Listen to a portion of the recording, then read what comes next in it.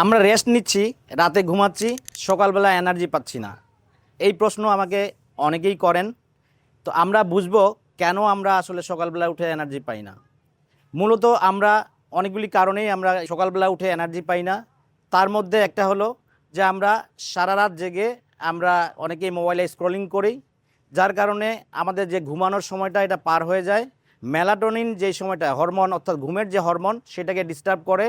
আমরা স্ক্রিন অথবা মোবাইল অথবা ল্যাপটপে কাজ করার কারণে ব্লু রে বা গ্রিন রে আমাদের চোখে সিগন্যাল দিতে থাকে যে রাত হয় নাই, এখনও দিন আছে, যার কারণে আমাদের মেলাটোনিন ডিস্টার্ব করে, যার কারণে আমাদের এনার্জি লো হয়ে যায় পরে সকালবেলা উঠে। দ্বিতীয় আরেকটা কারণ আপনারা দেখেন, সেটা হচ্ছে যে আমরা সকালবেলা নাস্তা বা ব্রেকফাস্টকে স্কিপ করি, অথবা সকালবেলা এক কাপ দুধ মিশানো চা, চিনি মেশানো চা খেয়ে চলে গেলাম। এখানে আমরা একটা ভুল করে থাকি, যার কারণে আমরা এনার্জিকে আমরা পাই না বা এনার্জি ড্রেন হয়ে যায়। তো আমাদের শক্তি, আমাদের শরীর এবং ব্রেনের যে শক্তি সেটা আসলে চালু রাখেই হচ্ছে গ্লুকোজ।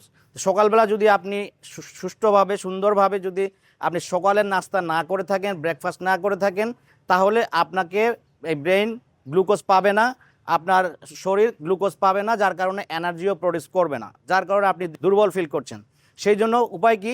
উপায় হচ্ছে সকালবেলা আপনার ঘুম থেকে উঠে 9টা, 9:30, 8টার দিকে আপনি অবশ্যই প্রোটিন বেসড এবং ফাইবার সমৃদ্ধ আপনি নাস্তা করবেন। সুগারি আইটেম বাদ দিয়ে শুধুমাত্র প্রোটিন, ফাইবার এই জাতীয় জিনিস এবং অল্প পরিমাণ কার্বোহাইড্রেট রাখতে পারেন।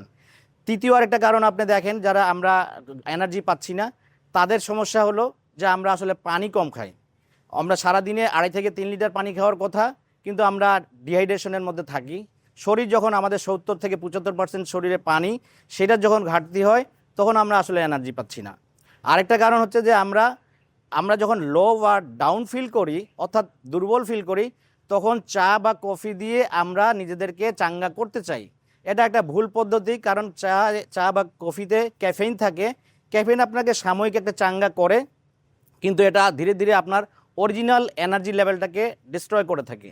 সেই জন্য আপনার যখন ডাউন ফিল করবেন বা লো ফিল করবেন, তখন অবশ্যই 1 গ্লাস পানি খাবেন, আপনি কিছু বাদাম খাবেন, অন্য কিছু খান, যাতে করে আপনি এনার্জাইজড হতে পারেন।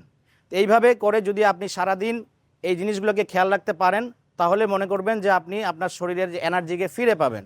এখানে আপনি যেভাবে কাজ করবেন সেভাবেই আপনি রেজাল্ট পাবেন।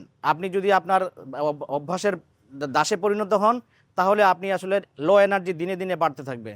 যদি ভিডিওটি ভালো লেগে থাকে তাহলে শেয়ার করবেন, লাইক দিবেন, আর যদি অন্য কিছু জানার থাকে তাহলে কমেন্ট করে জানাবেন। ধন্যবাদ।